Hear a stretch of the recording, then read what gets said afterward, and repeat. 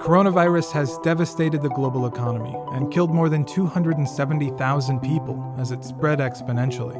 As conversations shift towards reopening the country and getting people back to work, proper sanitation in high traffic and public spaces will be key to getting back to normal. In places like China, robots and drones are being used to spray disinfectant in public spaces. Airlines and companies like Amazon have been using fogging as a sanitation technique to keep their facilities clean. But there is another option. UV light is an effective disinfectant that has been used for decades in hospitals and operating rooms. The global UV disinfection equipment market was valued at $1.1 billion in 2018 and is projected to reach $3.4 billion by 2026. President Trump recently brought up using ultraviolet light to fight the coronavirus. Supposing we hit the body with a tremendous, whether it's ultraviolet or just very powerful light. And I think you said that hasn't been checked, but you're going to test it. And then I said, supposing you brought the light inside the body, which you can do either through the skin or in some other way. Though powerful UV light cannot be used on the human body, it can help prevent the spread of the virus. And technological breakthroughs could see UV light become a key piece in returning to normal in a world with a looming COVID-19 threat.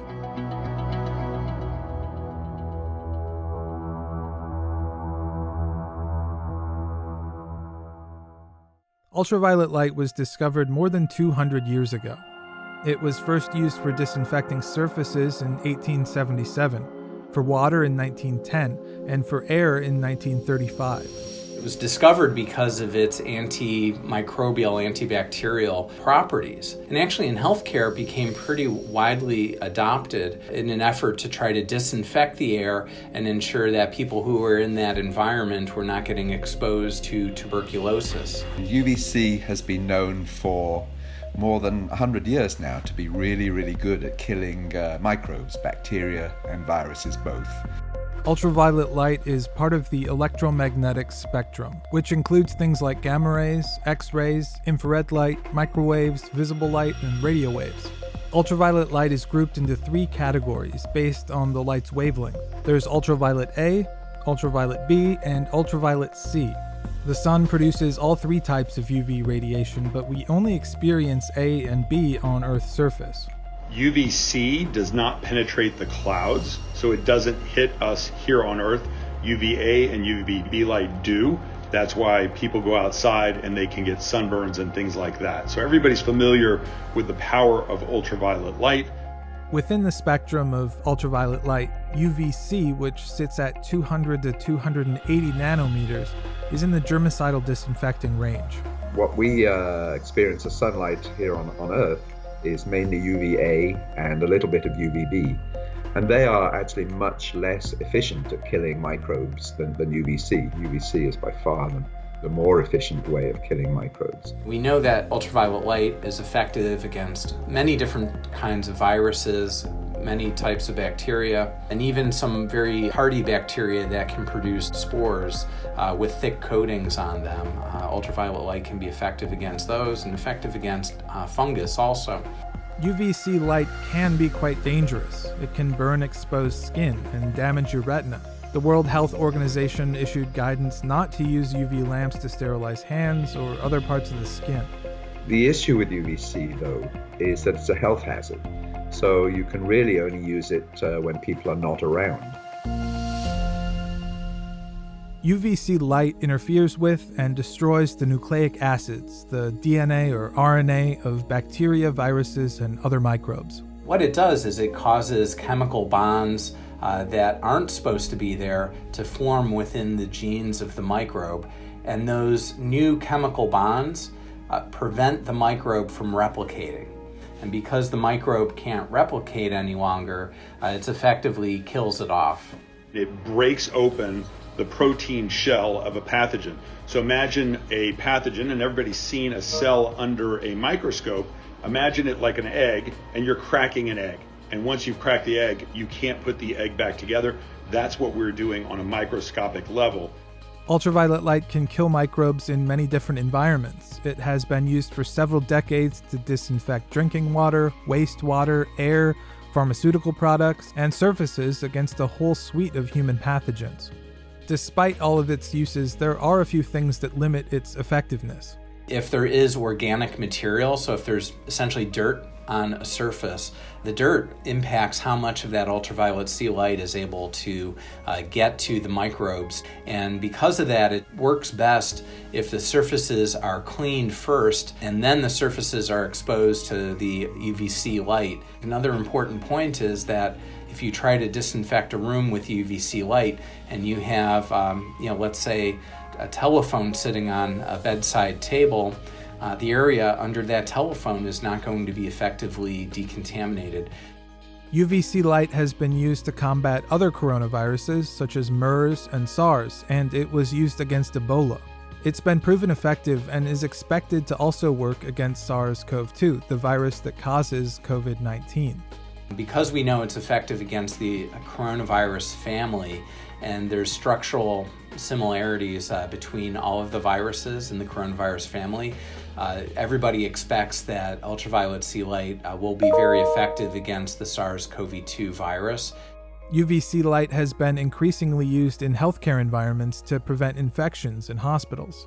As we started to see more drug-resistant bacteria and drug-resistant fungus, there's really a growing interest in the use of ultraviolet C light to help disinfect our healthcare environments. Xenex is one company that built a UVC robot to sanitize hospital rooms. The company says its Light Strike robot is disinfecting somewhere in the world every 4.7 seconds.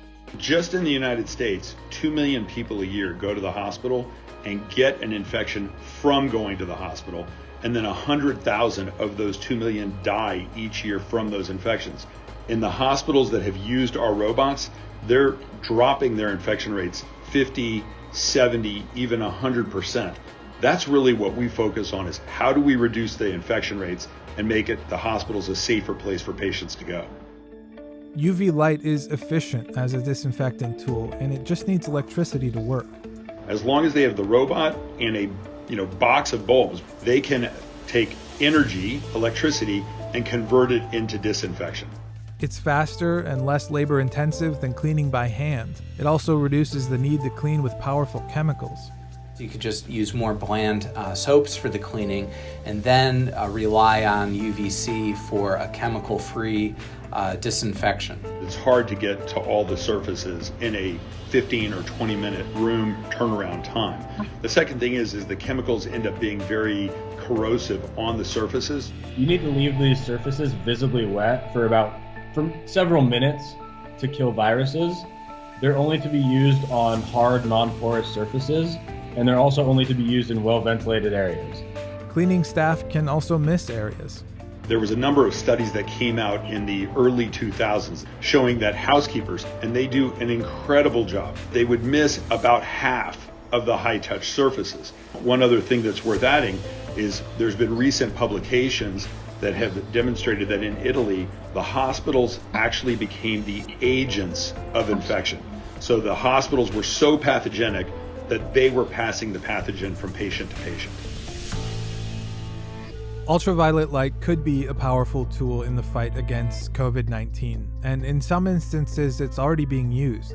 China is disinfecting entire buses with UV light, and banks are using UVC on currency. The Pittsburgh International Airport became the first airport in the US to deploy autonomous cleaning robots equipped with ultraviolet lights for disinfection. Daimler has a device designed specifically to disinfect planes called the Germ Falcon. It's the size of a drink cart and has articulating arms that extend over the plane's seats. We're using ultraviolet C lights like they use in hospitals.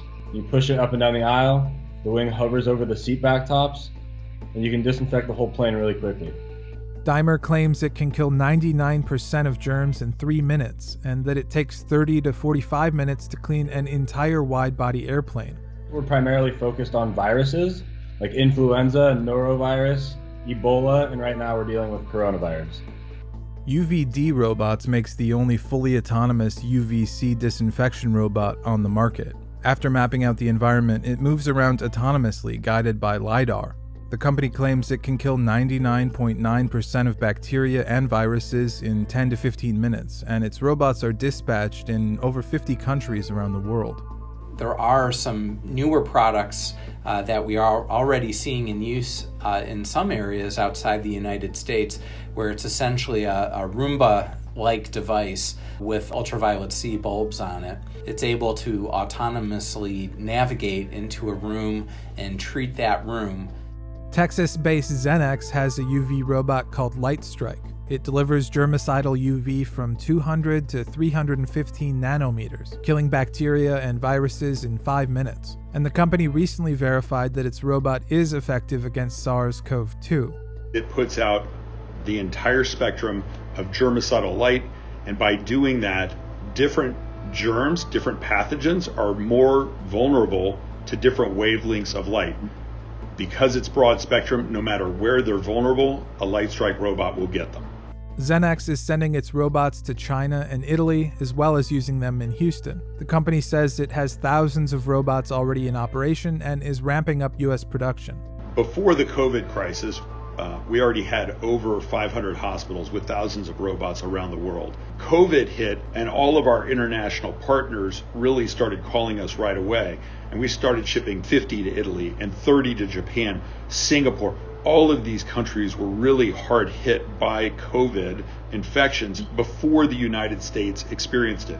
Since then, and as the cases have grown in the United States, both our existing customers and new customers have come to us to use this. Hospitals need it, and they've been requesting it like unbelievable amounts.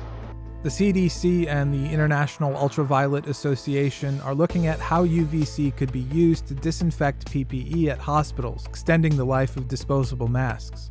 Xenex is the first manufacturer to verify with 3M that its masks are safe after being disinfected with its LightStrike robot. 3M had issued guidance against using other UV devices on the masks. We sent them our device. They tested our device. They said we didn't cause material damage. They passed the use of Xenex for N95 masks. There are even consumer products on the market, like UVC water bottles, small light wands, and disinfectors for phones. But one of the biggest challenges we face is how to keep public, high-traffic areas clean. As we get back to work in the next few months, and we'll be in rooms and much closer to each other than we were before, there's the concern again about transmission of viruses from one person to another. UV robots are effective, but they can only be used in the absence of people. There is, however, promising potential for a new breakthrough in ultraviolet tech that could help. Researchers are experimenting with a shorter wavelength type of UVC, which could be safe for human exposure, but still effective against microbes. This is light with a wavelength of 222 nanometers, and it's been shown to be, not only effective against microbes, but also it's been shown, I think, fairly convincingly to be safe to even have people potentially in that environment where that light is being used. What we've been working on is a type of UVC light which not only will kill viruses, but is safe for human exposure. This technology was initially developed to help mitigate the spread of influenza, but it's expected to be effective against SARS-CoV-2. So our first studies were with these seasonal coronaviruses, and in fact the far UVC light was very efficient at killing them. And our next step, which is actually what's been going on at the moment, is to look at the SARS-2 virus, the virus that's actually causing the current crisis.